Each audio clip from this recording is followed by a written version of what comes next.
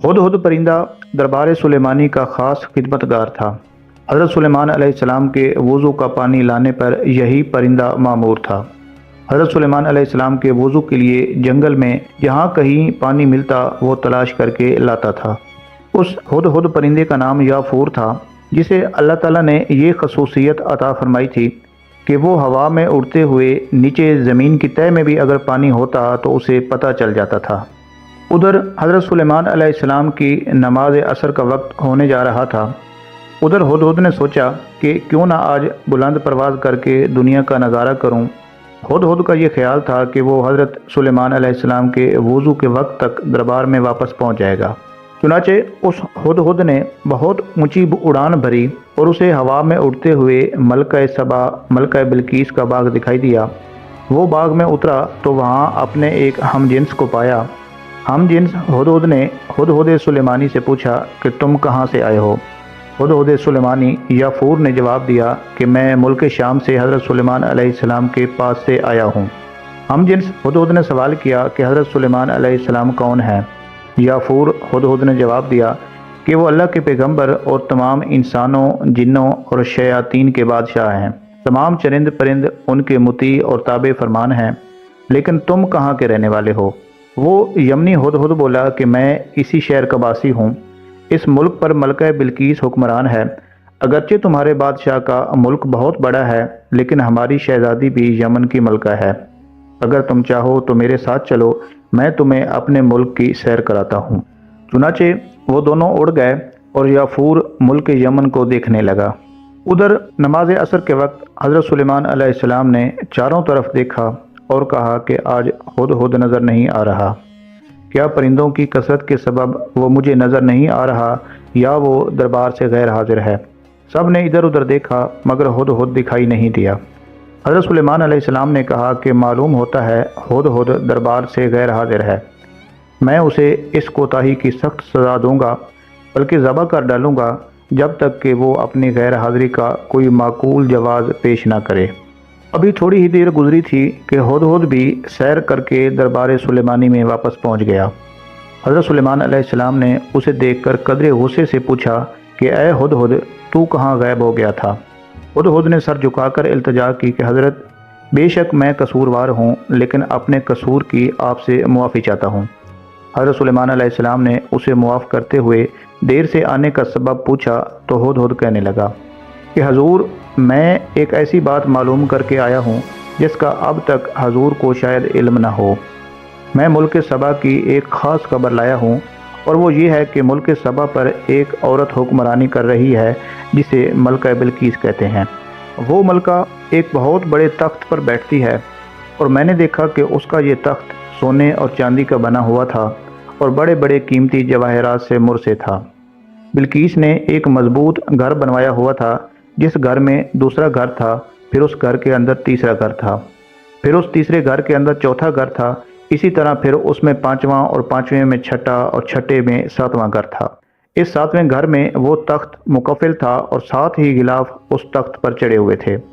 اس تخت کے 4 عدد پائے تھے، ایک پایا سرخ یاقوت کا، دوسرا زرد یاقوت کا، تیسرا سبز زمرد کا اور چوتھا سفید موتی کا تھا۔ یہ تخت 80 گز لمبا، 40 گز چوڑا اور 30 گز اونچا تھا۔ بلقیس 7ویں گھر کے اندر رکھے ہوئے اس تخت عظیم پر بیٹھا کرتی تھی۔ ہر گھر کے باہر سخت پہرا ہوتا تھا اور بلقیس تک پہنچنا ایک دشوار عمل تھا۔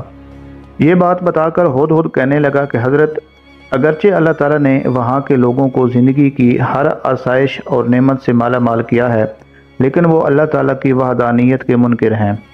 ملکہ بلقیس اور اس کی رعایا اللہ تعالیٰ کی بجائے سورج کی پوجا کرتی ہے۔ شیطان نے ان کے برے اعمال کو ان کی نگاہوں میں اچھائی کا لباس پہنا دیا ہے اور پوری قوم گمراہی کے اندھیروں میں ڈوبی ہوئی ہے۔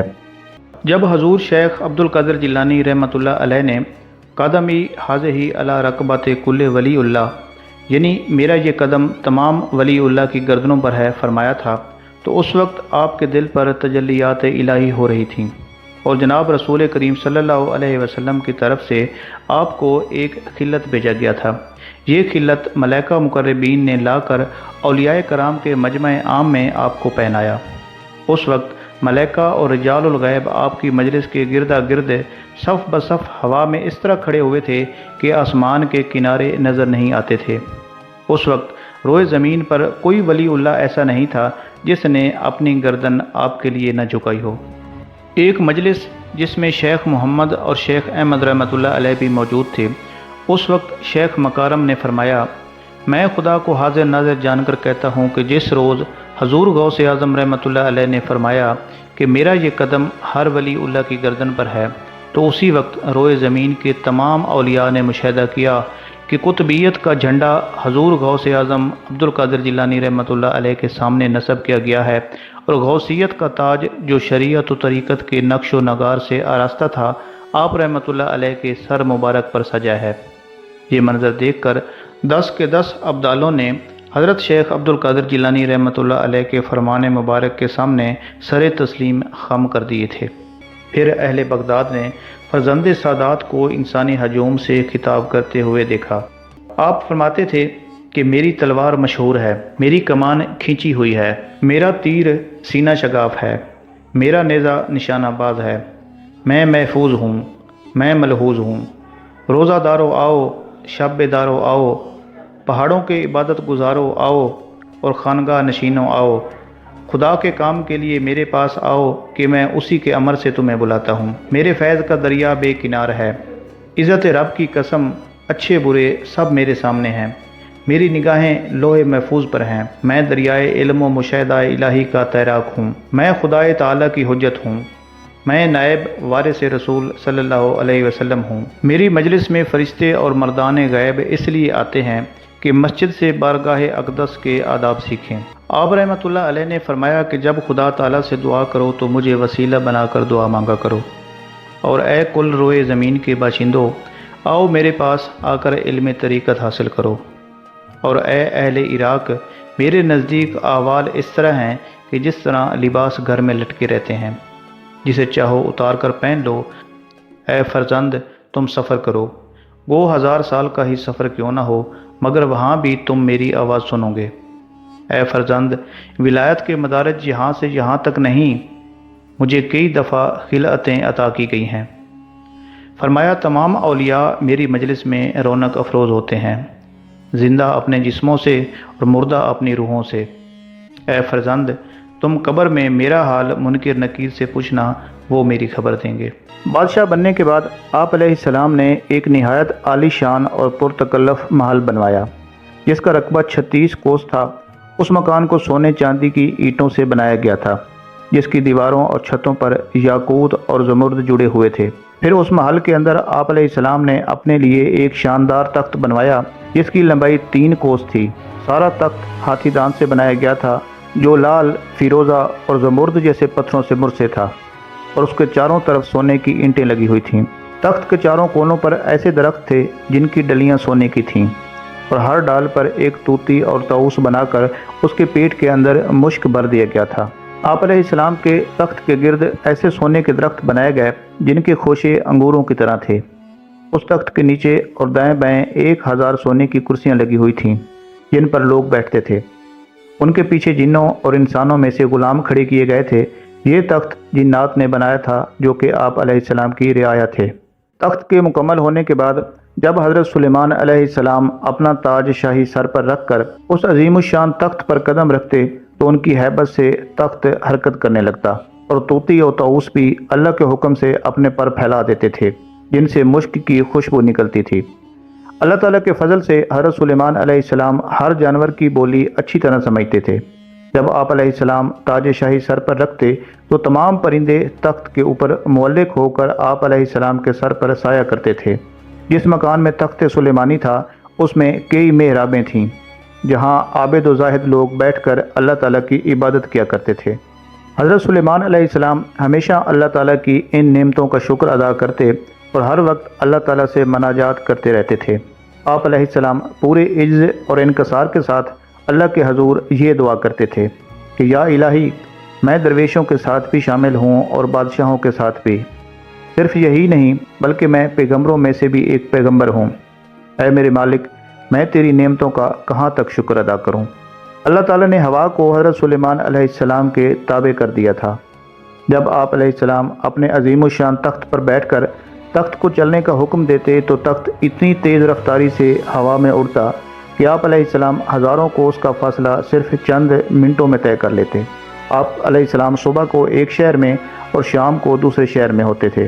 آپ علیہ السلام کے باورچی خانہ کے لیے جنات نے بڑی بڑی پتھر کی دیگیں بنائی ہوئی تھیں جنہیں بادل پانی سے بھر دیتا تھا۔ ان دیگوں میں روزانہ کئی ہزار اونٹ اور کئی ہزار بھیڑ بکریاں اور دمبے پکتے تھے اور خلق خدا صبح سے شام تک آپ کے لنگر سے کھاتی پیتی تھی۔ اللہ تعالیٰ نے حضرت داؤد علیہ السلام اور ان کے بیٹے حضرت سلیمان علیہ السلام دونوں کو یہ خصوصیت عطا فرمائی تھی کہ وہ چرند اور پرند کی بولیاں سمجھ لیتے تھے، اور دونوں بزرگوں کے لیے ان کی آوازیں ایک عام انسان کی گفتگو کی طرح تھیں۔ ایک دن حضرت سلیمان علیہ السلام اپنے عظیم الشان تخت شاہی پر بیٹھے ہوا میں سفر کر رہے تھے۔ تخت کے دوسرے حصوں میں آپ علیہ السلام کے 1000 ملازم اور سلطنت کے عہدیدار بھی اپنی اپنی کرسیوں پر بیٹھے تھے، جن میں آپ کے وزیر اعظم برقیہ بھی شامل تھے۔ تمام جن تخت کے گرد ادب سے کھڑے تھے اور فضا میں اڑنے والے پرندے تخت پر اپنے پروں سے سایہ کیے آ رہے تھے۔ سفر کے دوران حضرت سلیمان علیہ السلام کے کانوں میں فرشتوں کی یہ آواز پڑی۔ فرشتے اللہ تعالیٰ کی تسبیح کرتے ہوئے کہہ رہے تھے کہ اے رب، تو نے حضرت سلیمان علیہ السلام کو جیسا ملک عطا کیا ہے ایسا کسی جن و بشر میں سے کسی کو نہیں دیا۔ اس پر اللہ تعالیٰ نے فرمایا کہ اے فرشتوں، میں نے سلیمان علیہ السلام کو تمام دنیا کی بادشاہت عطا کی ہے اور اس کو نبوت سے سرفراز کیا ہے، لیکن سلیمان میں غرور اور تکبر بالکل نہیں ہے۔ اگر ایسا ہوتا تو میں ان کو ہوا پر لے جا کر زمین پر ڈال دیتا اور پھر ان کو نیست و نابود کر دیتا۔ حضرت سلیمان علیہ السلام نے جب اللہ تعالیٰ کا یہ کلام سنا تو ہوا کو حکم دیا جس نے آپ کے تخت کو زمین پر اتارا۔ آپ علیہ السلام فوراً اللہ کے حضور سجدے میں گر گئے اور اللہ کی نعمتوں کا شکر ادا کرنے لگے۔ غوثیت بزرگی کا ایک خاص درجہ ہے۔ روحانی دنیا میں حضرت سیدنا عبد القادر جیلانی رحمۃ اللہ علیہ غوث اعظم کے لقب سے عالمگیر شہرت رکھتے ہیں۔ غوث کے لغوی معنی ہیں فریاد رس، یعنی فریاد کو پہنچنے والا۔ چونکہ حضرت شیخ غریبوں، بے کسوں اور حاجت مندوں کے مسائل پر پوری طرح توجہ فرماتے تھے، اسی لیے آپ کو غوث کے خطاب سے سرفراز کیا گیا۔ اکثر عقیدت مند آپ کو پیران پیر اور دستگیر کے لقب سے بھی یاد کرتے ہیں۔ روایت ہے کہ حضرت سید شیخ عبد القادر جیلانی رحمۃ اللہ علیہ کو غوث اعظم کا لقب بارگاہ خداوندی سے عطا ہوا۔ مردان غیب نے آپ کو اسی لقب سے مخاطب کیا، اور پھر یہ لقب اس قدر عام ہوا کہ اکثر لوگوں کو آپ رحمۃ اللہ علیہ کا حقیقی نام بھی یاد نہیں رہا، مگر وہ غوث اعظم کو خوب جانتے ہیں۔ روایت ہے کہ ایک بار دریائے دجلہ میں پوری بارات غرق ہو گئی۔ یہ سانحہ اس قدر المناک تھا کہ جن گھروں میں کچھ دیر پہلے شادیانے بج رہے تھے، دیکھتے ہی دیکھتے ماتم کدا بن گئے۔ پھر جب متاثرین کو کوئی راستہ نظر نہیں آیا تو وہ گریہ ازاری کرتے ہوئے حضور غوث اعظم رحمۃ اللہ علیہ کی خدمت میں حاضر ہوئے۔ حضور شیخ نے غم زدہ لوگوں کو صبر کی تلقین فرمائی، مگر دلہن کی ماں بے اختیار پائے مبارک سے لپٹ گئی۔ آپ کی دعاؤں نے ہزاروں بگڑی تقدیریں بنائی ہیں، پھر مجھ بد نصیب کے لیے صرف الفاظ کی بھیک کیوں؟ میرے دامن مراد کو بھر دیجئے، ورنہ میں اسی طرح آپ کے در پر فریاد کرتے کرتے مر جاؤں گی۔ عبد القادر کسی کو کیا دے سکتا ہے؟ وہ تو خود قادر مطلق کا محتاج ہے۔ حضرت غوث اعظم نے ایک بار پھر اس غمزدہ ماں کو تسلی دی، جس کی چیخیں سن کر حاضرین مجلس بھی افسردہ نظر آنے لگے تھے۔ وہ آپ کی بہت سنتا ہے، آپ اس سے میرے داماد اور بیٹی کی زندگی مانگ لیجئے۔ شکستہ دل ماں کسی بچے کی طرح سر مجلس مچل گئی۔ حضور شیخ اعظم عبد القادر جیلانی رحمۃ اللہ علیہ بہت دیر تک گہری سوچ میں ڈوبے رہے، پھر آپ اس غم زدہ عورت اور سوگوار خاندان کے دوسرے افراد کے ساتھ دریا کے کنارے تشریف لے گئے۔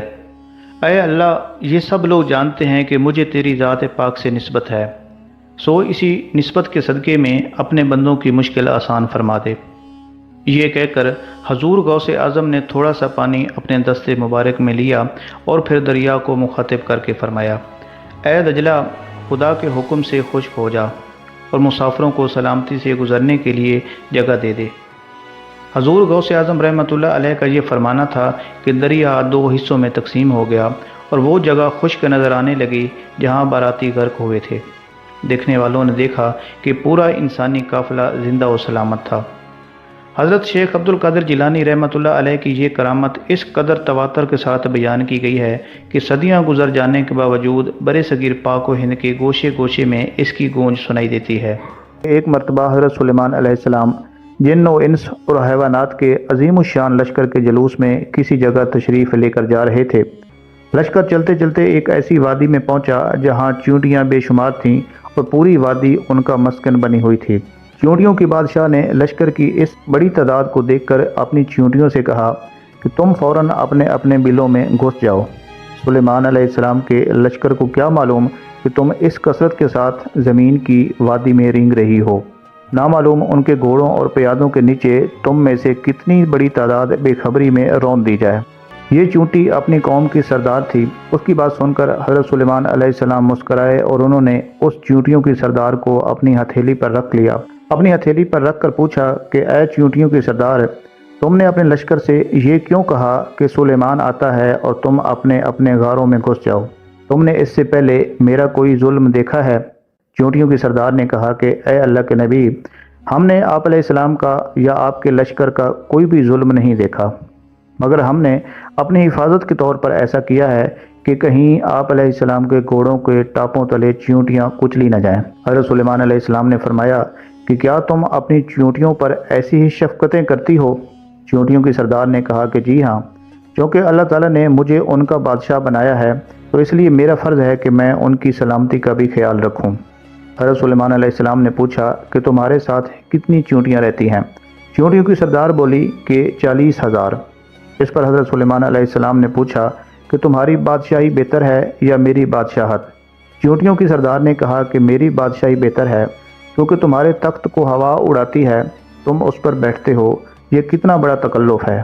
حضرت سلیمان علیہ السلام نے مسکرا کر پوچھا کہ تمہیں یہ عقل کس نے سکھائی ہے؟ چیونٹیوں کی سردار نے جواب دیا کہ اے سلیمان علیہ السلام، جس اللہ تعالیٰ نے تمہیں عقل عطا فرمائی اسی نے ہمیں بھی عقل سے نوازا ہے۔ اگر آپ اجازت دیں تو میں آپ سے چند مسائل پوچھوں۔ حضرت سلیمان علیہ السلام نے کہا کہ پوچھو، کیا پوچھنا چاہتی ہو؟ چیونٹیوں کی سردار کہنے لگی کہ اے سلیمان علیہ السلام، تم نے اللہ تعالیٰ سے سوال کیا تھا کہ اے پروردگار، مغفرت کر میری اور بخش دے مجھ کو ایسا ملک کہ اس سے پہلے آپ نے کسی کو نہ بخشا ہو، تو سب سے بہتر بخشنے والا ہے۔ تو اے سلیمان، تمہارے اس سوال سے حسد کی بو آتی ہے، جبکہ حسد کرنا پیغمبروں کی شان کے خلاف ہے۔ تمہیں یہ بھی اچھی طرح معلوم ہے کہ خدا وند قدوس سارے جہان کا مالک ہے، وہ جسے چاہے بادشاہی دے اور جسے چاہے نہ دے۔ چیونٹیوں کی سردار کی یہ بات سن کر حضرت سلیمان علیہ السلام نے کہا کہ تو بڑی دانا اور عقل مند ہے۔ چیونٹیوں کی سردار کہنے لگی کہ اے اللہ کے نبی، تم بھی اپنی رعایا کی نگرانی کرو اور اپنے عدل و انصاف سے رعیت کو خوش رکھو، ظالم سے مظلوم کا حق دلواؤ۔ میں تو بیچاری ضعیفہ اور مسکین ہوں، اپنی رعایا کی ہر روز خبر لیتی ہوں اور ان کا بار اٹھاتی ہوں تاکہ کوئی بھی کسی سے ظلم نہ کر سکے۔ چیونٹیوں کی سردار کی یہ باتیں سن کر حضرت سلیمان علیہ السلام سجدے میں گر گئے اور کہا کہ اے میرے پروردگار، تیری قدرت بے انتہا ہے اور تو ہی بے شک عظمت اور بزرگی کے لائق ہے۔ حضرت ابراہیم علیہ السلام کا اسم گرامی ابراہیم بن طارق ہے۔ آپ علیہ السلام انتہائی سخی اور بڑے مہمان نواز تھے۔ چنانچہ منقول ہے کہ جب آپ کے دسترخوان پر مہمان نہیں آتے تھے تو آپ کھانا تناول نہیں فرماتے تھے۔ منقول ہے کہ ایک دفعہ ایک مجوسی نے حضرت ابراہیم خلیل اللہ کے ہاں مہمان بننے کی خواہش کی تو ابراہیم علیہ السلام نے فرمایا کہ اگر تم ایمان لے آؤ تو میں تمہیں اپنا مہمان بنا لوں گا۔ یہ سن کر وہ مجوسی مایوس ہو کر چلا گیا تو اللہ تعالیٰ نے حضرت ابراہیم علیہ السلام کی طرف وحی فرمائی کہ اے ابراہیم، تم نے کھانا کھلانے کے لیے دین کی تبدیلی کی شرط کیوں رکھی، جبکہ میں اس کے کفر کے باوجود 70 سال سے اسے کھانا کھلا رہا ہوں؟ اگر تم ایک رات اسے مہمان بنا لیتے تو تمہارا کیا نقصان ہوتا؟ یہ سن کر حضرت ابراہیم علیہ السلام اس مجوسی کے پیچھے دوڑے اور اسے واپس لے کر آئے، اس کی مہمان نوازی کی۔ مجوسی نے آپ علیہ السلام سے پوچھا کہ اس تبدیلی کی وجہ کیا ہے؟ تو حضرت ابراہیم خلیل اللہ نے وحی کا ذکر فرمایا تو مجوسی نے کہا کہ کیا اللہ تعالیٰ نے میرے بارے میں ایسا معاملہ فرمایا؟ پھر وہ کہنے لگا کہ مجھے ایمان والوں میں شامل کر لیجئے، چنانچہ وہ ایمان لے آیا۔ ایک دن کوئی مہمان نہ آیا تو آپ علیہ السلام مہمان کی تلاش میں نکلے، لیکن کوئی ایسا انسان نہ پایا جسے آپ مہمان بناتے۔ پھر آپ علیہ السلام اپنے گھر کی طرف لوٹ آئے اور وہاں ایک شخص کو کھڑے دیکھا تو دریافت فرمایا، اے بندہ خدا، تجھے کس نے میرے گھر میں داخل کیا؟ اس نے جواب دیا کہ میں اپنے رب کے اذن سے داخل ہوا ہوں۔ فرمایا، تم کون ہو؟ عرض کی کہ ملک الموت، مجھے میرے رب نے اپنے بندوں میں ایک بندے کی طرف بھیجا ہے تاکہ اسے بشارت دوں کہ اللہ تعالیٰ نے اسے اپنا خلیل بنا لیا ہے۔ پوچھا کہ وہ کون؟ ملک الموت علیہ السلام نے جواب دیا کہ وہ بندے آپ ہی ہیں۔ فرمایا، میں؟ عرض کی جی ہاں۔ فرمایا، مجھے اللہ تعالیٰ نے کس سبب سے خلیل بنایا؟ تو ملک الموت نے عرض کی، کیونکہ آپ لوگوں کو عطا کرتے ہیں اور ان سے سوال نہیں کرتے۔ یہی آپ کا وصف ہے کہ اللہ تعالیٰ نے آپ کو اپنا خلیل بنایا ہے۔ ایک دن مہمانوں کا ایک ایسا قافلہ آپ کے گھر اترا جن سے آپ علیہ السلام خوف زدہ ہو گئے۔ یہ حضرت جبریل علیہ السلام تھے جو 10-12 فرشتوں کو ہمراہ لے کر تشریف لائے تھے اور سلام کر کے مکان کے اندر داخل ہو گئے۔ یہ سب فرشتے نہایت ہی خوبصورت انسانوں کی شکل میں تھے۔ پہلے تو یہ حضرات ایسے وقت تشریف لائے جو مہمانوں کے آنے کا وقت نہیں تھا۔ پھر یہ حضرات بغیر اجازت طلب کیے مکان کے اندر داخل ہو گئے۔ پھر جب حضرت ابراہیم علیہ السلام حسب عادت ان حضرات کی مہمان نوازی کے لیے ایک فربا بھنا ہوا بچڑا لائے تو ان حضرات نے کھانے سے بھی انکار کر دیا۔ مہمانوں کی ان 3 اداؤں کی وجہ سے حضرت ابراہیم علیہ السلام کو کچھ خدشہ گزرا کہ شاید یہ لوگ دشمن ہیں، کیونکہ اس زمانے میں دشمن جس گھر میں دشمنی کے لیے جاتا تھا اس گھر میں کچھ کھاتا پیتا نہیں تھا۔ چنانچہ آپ علیہ السلام ان مہمانوں سے کچھ خوف محسوس فرمانے لگے۔ یہ دیکھ کر جبریل امین نے عرض کی کہ اے اللہ کے نبی، آپ ہم سے بالکل کوئی خوف نہ کریں، ہم اللہ کے بھیجے ہوئے فرشتے ہیں اور ہم 2 کاموں کے لیے آئے ہیں۔ ہمارا پہلا مقصد تو یہ ہے کہ ہم آپ کو بشارت سناتے ہیں کہ آپ کو اللہ تعالیٰ ایک علم والا فرزند عطا فرمائے گا، اور ہمارا دوسرا کام یہ ہے کہ ہم حضرت لوط علیہ السلام کی قوم پر عذاب لے کر آئے ہیں۔ حضرت ابراہیم خلیل اللہ علیہ السلام نے طویل عمر پائی اور تقریباً 175 سے 200 سال کی عمر میں آپ علیہ السلام کا وصال ہوا۔ اللہ تعالیٰ نے آپ کو یہ شرف بھی عطا فرمایا کہ آپ علیہ السلام کے بعد آنے والے تمام انبیاء کرام آپ کی اولاد میں سے ہیں۔ اسی لیے آپ کی ایک کنیت ابو الانبیاء یعنی انبیاء کے والد بھی ہے۔ محترم ناظرین، خدا قادر مطلق بھی ہے اور بے نیاز بھی۔ وہ بت پرستوں میں پیغمبر پیدا کرتا ہے اور پیغمبر کی نسل میں منکر و نافرمان اولادیں۔ یہ اس کی قدرت کی عجیب مثال ہے، ورنہ عام طور پر جب اللہ اپنے کسی مخصوص بندے کی تخلیق کرتا ہے تو اس کے لیے ایک ایسی زمین بھی ہموار کر دیتا ہے جس میں دنیا کی بہترین فصل پیدا ہو سکے۔ ایک نوجوان جو اپنے عہد شباب میں پرہیزگاری کے اعلیٰ ترین منصب پر فیض تھا، غوث اعظم رحمۃ اللہ علیہ اسی مرد پاک باز کے فرزند تھے، ایسے فرزند کے جس پر ماں باپ ہی نہیں سارا عالم اسلام ناز کرتا تھا، اور یہ سلسلہ ناز ابھی ختم نہیں ہوا ہے۔ 850 سال گزر جانے کے باوجود اس مجلس ادب میں گناہ گاروں کا تو ذکر ہی کیا، ہر دور کا بڑے سے بڑا ولی بھی خوف سے لرزتا ہوا داخل ہوتا ہے۔ غوث اعظم رحمۃ اللہ علیہ صحیح النسب سید تھے۔ والد محترم کی طرف سے 12ویں پشت میں آپ رحمۃ اللہ علیہ کا سلسلہ حضرت سیدنا امام حسن رضی اللہ تعالی عنہ سے مل جاتا ہے کہ اپنی والدہ کی طرف سے آپ کا نسب 13ویں پشت میں سیدنا امام حسین سے مل جاتا ہے۔ آپ رحمۃ اللہ علیہ رمضان المبارک کی پہلی تاریخ کو دنیا میں تشریف لائے۔ اسی رات آپ رحمۃ اللہ علیہ کے والد محترم حضرت سید ابو صالح نے حضور اکرم صلی اللہ علیہ وسلم کو خواب میں دیکھا۔ سرور کونین صلی اللہ علیہ وسلم اپنے صحابہ کرام اور اولیاء عظام کے ساتھ تشریف لاتے ہیں اور فرما رہے ہیں کہ اے ابو صالح، تجھے اللہ نے فرزند صالح عطا کیا ہے، وہ میرے بیٹے کی مانند ہے اور اولیاء میں اس کا مرتبہ بہت بلند ہے۔ آپ رحمۃ اللہ علیہ کی پیدائش کی رات ایک عجیب و غریب واقعہ پیش آیا۔ معتبر مورخین نے لکھا ہے کہ اس رات پورے شہر میں جس قدر بھی بچے پیدا ہوئے وہ سب کے سب لڑکے تھے۔ پھر وہ تمام لڑکے جوان ہو کر ولایت کی منزل تک پہنچے۔ آپ رحمۃ اللہ علیہ کی والدہ مائدہ فرماتی ہیں کہ عبد القادر رمضان المبارک میں پیدا ہوئے اور انہوں نے پورے مہینے دن کے وقت دودھ نہیں پیا۔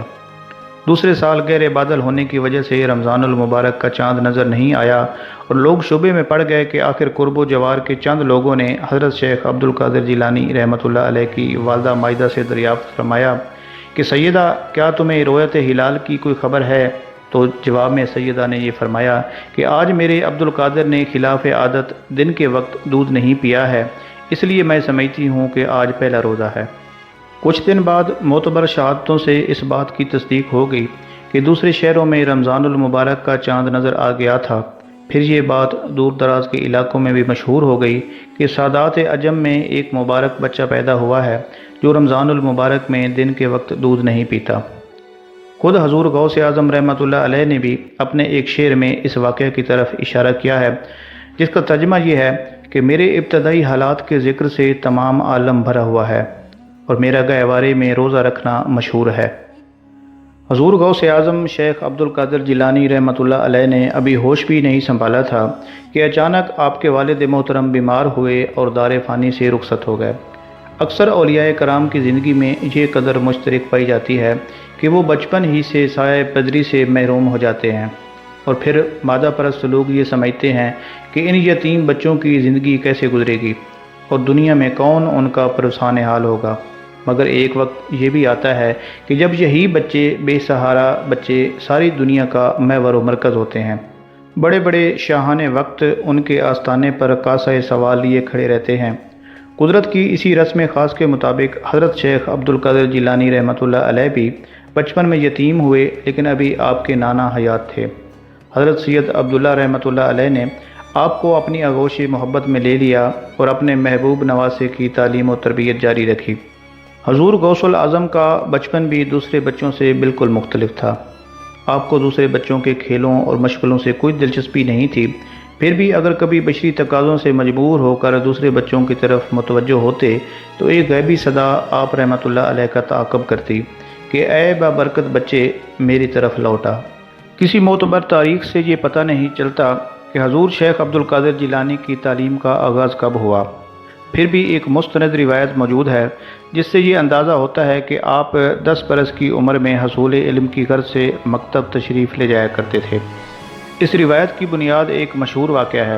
ایک بار حضور شیخ عبد القادر جیلانی رحمۃ اللہ علیہ سے پوچھا گیا کہ آپ کو اپنے ولی ہونے کا علم کب ہوا؟ جواب میں حضور شیخ نے فرمایا کہ جب میں 10 برس کا تھا تو اپنے شہر کے مکتب میں پڑھنے جایا کرتا تھا۔ راستے میں مردان غیب میرے پیچھے پیچھے چلتے دکھائی دیتے تھے، پھر جیسے ہی میں مدرسے میں داخل ہوتا تو مردان غیب کو بار بار یہ کہتے ہوئے سنتا کہ اللہ کے ولی کو بیٹھنے کے لیے جگہ دو، اللہ کے ولی کو بیٹھنے کے لیے جگہ دو۔ ایک سائل نے آپ سے پوچھا کہ آپ کا امر کس بات پر مبنی ہے؟ تو آپ نے فرمایا کہ صدق پر۔ میں نے کبھی جھوٹ نہیں بولا۔ آپ نے فرمایا کہ جب میں بچہ تھا اور اپنے شہر جیلان میں تھا تو یوم عرفہ کو اپنے گھر کی چھت پر چڑھ گیا۔ اس وقت میں نے دیکھا کہ لوگ عرفات کے میدان میں کھڑے ہیں۔ میں اپنی والدہ کے پاس آیا اور ان سے کہا کہ مجھے اللہ کے لیے بخش دو اور حکم دو کہ میں بغداد چلا جاؤں، وہاں علم حاصل کروں اور صالحین کی زیارت اور صحبت اختیار کروں۔ میری والدہ نے مجھ سے اس کا سبب پوچھا تو میں نے اپنا حال سنایا۔ وہ یہ سن کر رو پڑیں اور میرے پاس 80 دینار لائیں جو کہ میرے والد چھوڑ کر فوت ہوئے تھے۔ والدہ نے 40 دینار تو میرے بھائی کے لیے رکھے اور 40 دینار میری گودڑی میں بغل کے نیچے سی دیے اور مجھے جانے کی اجازت دے دی۔ مجھ سے اس بات کا عہد لیا کہ ہر حال میں سچ بولوں اور رخصت کرنے کے لیے باہر تک آئیں اور کہنے لگیں کہ اے فرزند اب تم جاؤ، میں اللہ تعالیٰ کے لیے تم سے علیحدہ ہوتی ہوں اور اب یہ چہرہ قیامت کے دن دیکھوں گی۔ تب میں چھوٹے سے قافلے کے ساتھ جو بغداد کو جانے والا تھا روانہ ہوا۔ جب ہم ہمدان سے نکلے تو جنگل میں ہم پر 60 ڈاکو حملہ آور ہو گئے۔ انہوں نے قافلہ والوں کو پکڑ لیا اور ان سے لوٹ مار شروع کر دی۔ میں کیونکہ چھوٹا سا بچہ تھا اس لیے کوئی شخص میرے پاس نہ آیا۔ جب انہوں نے سارے قافلے کو لوٹ لیا تو اس کے بعد ایک ڈاکو میرے پاس بھی آیا اور مجھے کہنے لگا کہ تمہارے پاس کیا ہے؟ تو میں نے کہا کہ میرے پاس دینار ہیں۔ اس نے میری تمام تلاشی لی اور اس کے بعد اس کو کچھ نہ ملا تو اپنے سردار کے پاس گیا اور اسے جا کر کہنے لگا کہ یہ ایک چھوٹا سا بچہ ہے جو کہ کہتا ہے میرے پاس دینار ہیں، لیکن ہم نے اس کی تلاشی لی ہے، اس کے پاس سے کچھ نہیں نکلا۔ وہ ڈاکو اس وقت ٹیلے پر بیٹھے ہوئے قافلے کا لوٹا ہوا مال تقسیم کر رہے تھے۔ ڈاکوؤں کے سردار نے مجھ سے کہا کہ تمہارے پاس دینار کہاں ہیں؟ میں نے کہا کہ میری گدڑی میں میری بغل کے نیچے سلے ہوئے ہیں۔ تب اس نے میری گدڑی کو پھاڑنے کا کہا تو اس میں سے 40 دینار مل گئے۔ وہ مجھے کہنے لگا کہ تمہیں کس چیز نے مجبور کیا کہ تم ان کا اقرار کرو؟ میں نے کہا کہ میری ماں نے گھر سے نکلتے ہوئے مجھ سے یہ عہد لیا تھا کہ بیٹا ہمیشہ سچ بولنا، اس لیے میں اس عہد کی خلاف ورزی نہیں کر سکتا۔ یہ سن کر وہ سردار رونے لگا اور کہنے لگا کہ تم اپنی ماں کی عہد کی خیانت نہیں کرتے، اور مجھے اتنے سال ہو گئے اپنے رب کے عہد میں خیانت کر رہا ہوں۔ اس نے وہیں میرے ہاتھ پر توبہ کر لی۔ اس کے ساتھیوں نے کہا کہ تم ڈاکہ زنی اور لوٹ مار میں ہمارے سردار تھے، اب توبہ میں بھی ہمارے سردار ہو۔ اور ان سب نے بھی میرے ہاتھ پر توبہ کی اور قافلے والوں کا سارا لوٹا ہوا مال ان کو واپس کر دیا۔ یہ غوث اعظم رحمۃ اللہ علیہ کی پہلی کرامت تھی جس نے ایک ریزن کی زندگی کا نقشہ ہی بدل دیا۔ ایک روز حضرت شیخ عبد القادر جیلانی رحمۃ اللہ علیہ کی مجلس میں 10,000 سے زائد افراد موجود تھے۔ حاضرین میں شیخ علی بن ابی نصر بھی موجود تھے جو آپ رحمۃ اللہ علیہ کے سامنے ہی بیٹھے ہوئے تھے۔ ابھی حضرت شیخ رحمۃ اللہ علیہ کی تقریر شروع نہیں ہوئی تھی اور حاضرین مجلس آپس میں گفتگو کر رہے تھے، یکا یک شیخ علی کو نیند آ گئی۔ حضرت شیخ عبد القادر جیلانی رحمۃ اللہ علیہ نے ایک نظر ان کی طرف دیکھا اور پھر لوگوں کو مخاطب کر کے فرمایا، خاموش ہو جاؤ، خاموش ہو جاؤ۔ حضرت شیخ رحمۃ اللہ علیہ کا یہ فرمانا تھا کہ حاضرین مجلس اس طرح خاموش ہو گئے کہ ان کی سانسوں کے سوا اور کچھ بھی سنائی نہیں دیتا تھا۔ اس کے بعد حضور شیخ عبد القادر جیلانی رحمۃ اللہ علیہ ممبر سے نیچے اتر آئے اور شیخ علی کے روبرو ادب سے کھڑے ہو گئے۔ اہل مجلس حیران تھے کہ آج تک ان کے سامنے ایسی صورتحال پیش نہیں آئی تھی۔ حضور شیخ عبد القادر جیلانی رحمۃ اللہ علیہ بہت دیر تک اسی حالت میں شیخ علی رحمۃ اللہ علیہ کے چہرے پر غور سے دیکھتے رہے۔ پھر جب شیخ علی بیدار ہوئے اور انہوں نے حضور شیخ عبد القادر جیلانی رحمۃ اللہ علیہ کو اپنے سامنے استادہ پایا تو خود بھی گھبرا کر کھڑے ہو گئے۔ فرمایا، علی بیٹھ جاؤ۔ آپ نے اپنا دست شفقت شیخ علی کے کاندھے پر رکھتے ہوئے یہ فرمایا، آپ کھڑے ہوں تو پھر یہ ناچیز کس طرح بیٹھ سکتا ہے؟ فرط عقیدت سے شیخ علی کا لہجہ سرشار تھا۔ بیٹھ جاؤ علی۔ حضور شیخ عبد القادر جیلانی رحمۃ اللہ علیہ نے شیخ علی کے کاندھے کو دباتے ہوئے فرمایا، میں کہہ رہا ہوں کہ بیٹھ جاؤ۔ شیخ علی حکم شیخ سے مجبور تھے، ناچار اپنی نشست پر بیٹھ گئے۔ کیا سرور کونین حضور صلی اللہ علیہ وسلم ابھی آپ کی خوابگاہ میں تشریف لائے تھے؟ حضرت عبد القادر جیلانی رحمۃ اللہ علیہ نے شیخ علی سے دریافت فرمایا، جی ہاں، ابھی کچھ دیر پہلے مجھے سرور کائنات صلی اللہ علیہ وسلم کے دیدار کی سعادت حاصل ہوئی تھی۔ شیخ علی نے رقت آمیز لہجے میں عرض کی، میں سردار دو جہاں صلی اللہ علیہ وسلم کے احترام میں ہی کھڑا تھا۔ حضرت شیخ عبد القادر جیلانی رحمۃ اللہ علیہ نے فرمایا، شیخ علی حضرت سید عبد القادر جیلانی رحمۃ اللہ علیہ کے مقام سے واقف تھے، مگر پھر بھی انہوں نے بڑی حیرت سے حضرت شیخ کی طرف دیکھا۔ کیا سرکار دو عالم صلی اللہ علیہ وسلم نے آپ کو کوئی ہدایت بھی فرمائی ہے؟ حضرت شیخ عبد القادر جیلانی رحمۃ اللہ علیہ نے شیخ علی سے دریافت کیا، جی ہاں، بارگاہ رسالت مآب صلی اللہ علیہ وسلم سے میرے لیے حکم ہوا ہے کہ میں آپ کی خدمت اقدس میں حاضر رہوں۔ آپ فرماتے تھے، خدا کے کام کے لیے میرے پاس آؤ کہ میں اسی کے امر سے تمہیں بلاتا ہوں۔ میرے فیض کا دریا بے کنار ہے، عزت رب کی قسم اچھے برے سب میرے سامنے ہیں، میری نگاہیں لوح محفوظ پر ہیں، میں دریائے علم و مشاہدہ الہی کا تیراک ہوں، میں خدائے تعالیٰ کی حجت ہوں، میں نائب وارث رسول صلی اللہ علیہ وسلم ہوں۔ میری مجلس میں فرشتے اور مردان غیب اس لیے آتے ہیں کہ مسجد سے بارگاہ اقدس کے آداب سیکھیں۔ آپ ابھی دنیا میں تشریف بھی نہیں لائے تھے کہ آپ کی عظمت و بڑائی کا ڈنکا پوری دنیا میں بج رہا تھا۔ چنانچہ تذکرۃ الصوفیاء میں ایک واقعہ درج ہے کہ ایک روز حضرت ابو القاسم جنید بغدادی رحمۃ اللہ علیہ مسجد میں برسر ممبر واز فرما رہے تھے کہ دفعتاً آپ کو یہ خیال گزرا کہ اولیاء کرام میں آج تک میرے ہم مرتبہ و ہم پلا برتر و بالا صاحب کشف و کرامت بزرگ کامل نہ ہی کوئی ہوا ہے اور نہ ہی قیامت تک ہوگا۔ چنانچہ مجلس واز میں اس خیال کا اظہار ابھی کیا ہی نہیں تھا، تاحال کوئی کلمہ زبان مبارک سے ابھی نہیں نکالا تھا کہ حضور غوث اعظم شیخ عبد القادر جیلانی رحمۃ اللہ علیہ کی روح مقدس نے آپ کے باطن پر تجلی فرمائی، جس کی وجہ سے آپ بے ہوش ہو کر ممبر سے نیچے گر پڑے جب ہوش میں آئے تو فوراً فرمانے لگے کہ مجھ سے اعلیٰ و افضل، بلند و برتر مراتب و منازل کا حامل ایک فرد حضرت غوث العظم عبد القادر جیلانی رحمۃ اللہ علیہ بغداد عراق میں ظہور پذیر ہوں گے، جن کا سورج ابد الآباد و فلک الافلاق پر جلوہ افروز ہوگا اور کبھی بھی غروب نہ ہوگا۔ تمام مقربین درگاہ الہی سے ان کی شان اور ان کا مرتبہ بلند ہوگا۔ حضور غوث اعظم کی پیدائش سے پہلے کا واقعہ ہے کہ ایک نوجوان دریا کے کنارے وضو کر رہا تھا۔ اسے بہت بھوک لگی ہوئی تھی کہ اچانک اس نے دیکھا کہ دریا میں ایک بہتا ہوا سیب آ رہا ہے۔ نوجوان نے سیب کو پانی سے نکال کر کھا لیا اور بآواز بلند خالق کائنات کا شکریہ ادا کیا۔ سیب کھانے کے بعد اس کو بھوک سے تو نجات مل گئی، لیکن ایک اندیشے نے سر ابھارا کہ یہ سیب آخر کس کی ملکیت تھا۔ اس خیال کے آتے ہی نوجوان مضطرب ہو گیا اور اس کے پر نور چہرے پر ایک وحشت سی برسنے لگی کہ جیسے کسی نے اس کو چوری کرتے ہوئے پکڑ لیا ہو۔ کیا تو نے سیب کے مالک سے اسے کھانے کی اجازت مانگی تھی؟ خود اسے اس کا ضمیر پکار رہا تھا۔ پھر یہ خلش اس سے برداشت نہ ہو سکی اور وہ بے اختیار دریا کی سمت روانہ ہو گیا جدھر سے سیب بہہ کر آیا تھا۔ نوجوان تیز رفتاری کے ساتھ دریا کے کنارے کنارے چلتا رہا اور قدم قدم پر دعا مانگتا رہا کہ سیب کے مالک سے ملاقات ہو جائے اور وہ اس سے اپنی بددیانتی کی معافی مانگ سکے۔ اچانک اسے سیبوں کا ایک باغ دکھائی دیا۔ سیب کے کچھ درخت پانی کے اوپر جھکے ہوئے تھے۔ نوجوان کو یقین ہو گیا کہ یہ سیب بھی اسی باغ کا تھا۔ چنانچہ نوجوان نے مزدوروں سے پوچھا کہ اس باغ کا مالک کون ہے، میں اس سے ملاقات کرنا چاہتا ہوں۔ کچھ دیر بعد باغ کا مالک نظر آیا، جو وہ ایک عمر رسیدہ شخص تھا۔ نوجوان نے اس باغ کے مالک سے کہا کہ میں دریا کے کنارے بیٹھا تھا کہ ایک سیب پانی میں بہتے ہوئے مجھے نظر آیا۔ مجھے اس وقت شدید بھوک لگ رہی تھی، نتیجتاً میں نے سیب کو اٹھا کر کھا لیا، مگر اب میرے ضمیر پر ایک ناقابل برداشت بوجھ محسوس ہو رہا ہے۔ باغ کے مالک نے سر سے پاؤں تک نوجوان کی ظاہری شخصیت کا جائزہ لیا، پھر انتہائی سنجیدہ لہجے میں کہنے لگا کہ نوجوان، میرا تمہارا حساب برابر کرنے کی 2 شرطیں ہیں۔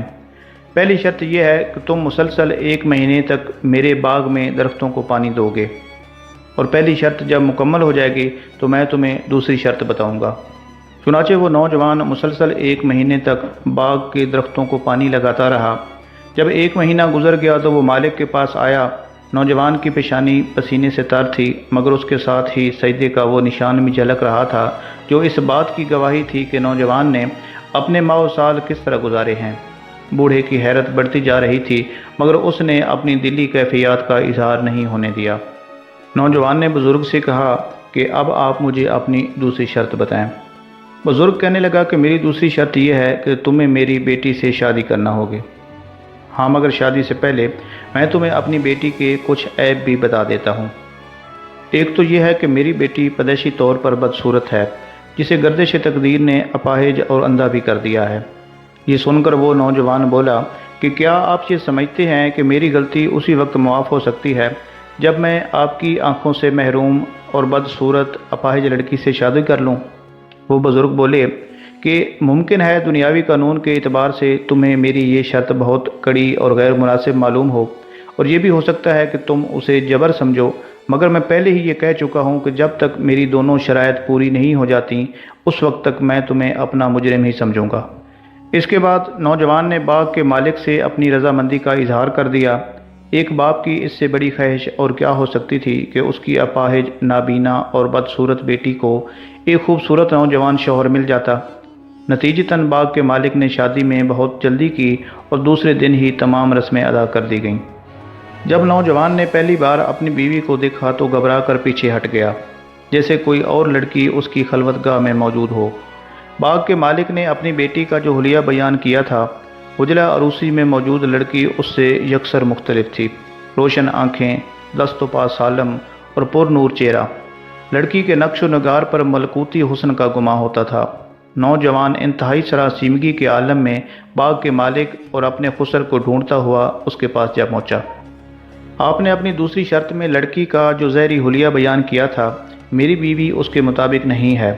نوجوان نے اپنی حیرت و پریشانی کا سبب بیان کرتے ہوئے کہا۔ باغ کا بوڑھا مالک نوجوان کی شدت اضطراب پر مسکرایا اور ایک شفیق باپ کی طرح بولا، اے میرے نیک بخت بچے، وہ تیری ہی بیوی ہے۔ خالق کائنات نے تجھے اس سخت آزمائش میں ثابت قدم رکھا اور اللہ صبر کرنے والوں کو ایسے ہی انعامات سے نوازتا ہے۔ فرزند، میں نے تم سے کوئی جھوٹ نہیں بولا۔ اپنی بیٹی کے بارے میں نے جو کچھ کہا تھا وہ حرف بحرف سچ ہے۔ میں نے جو کہا تھا کہ میری بیٹی بدصورت ہے تو اس کا مطلب یہ ہے کہ میری بیٹی آج تک گھر سے باہر نہیں نکلی اور دنیا کی کوئی چیز اس پہ اثر انداز نہیں ہوئی اور دنیا کا کوئی رنگ اس کے اوپر نہیں چڑھا۔ میں نے یہ کہا تھا کہ میری بیٹی اندھی ہے تو اس کا مفہوم یہ ہے کہ میں نے اسلامی طرز معاشرت کے مطابق اس کی پرورش کی ہے۔ وہ اب تک کسی نامحرم کے سامنے نہیں آئی اور آئندہ بھی نامحرم کے لیے اس کی آنکھیں بے نور ہی رہیں گی۔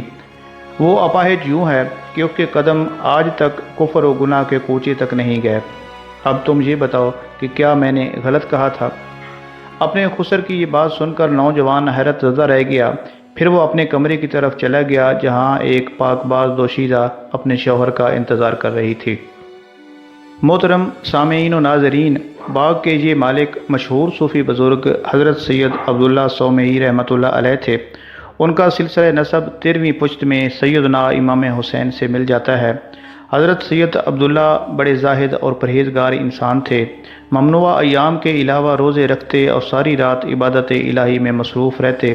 چنانچہ حضرت سیدنا عبداللہ سومعی رحمۃ اللہ علیہ کی ہزاروں کرامات مشہور ہیں۔ حضرت سید عبداللہ سومعی رحمۃ اللہ علیہ کی دختر کا خاندانی نام فاطمہ تھا۔ کنیت ام الخیر اور لقب امت الجبار تھا۔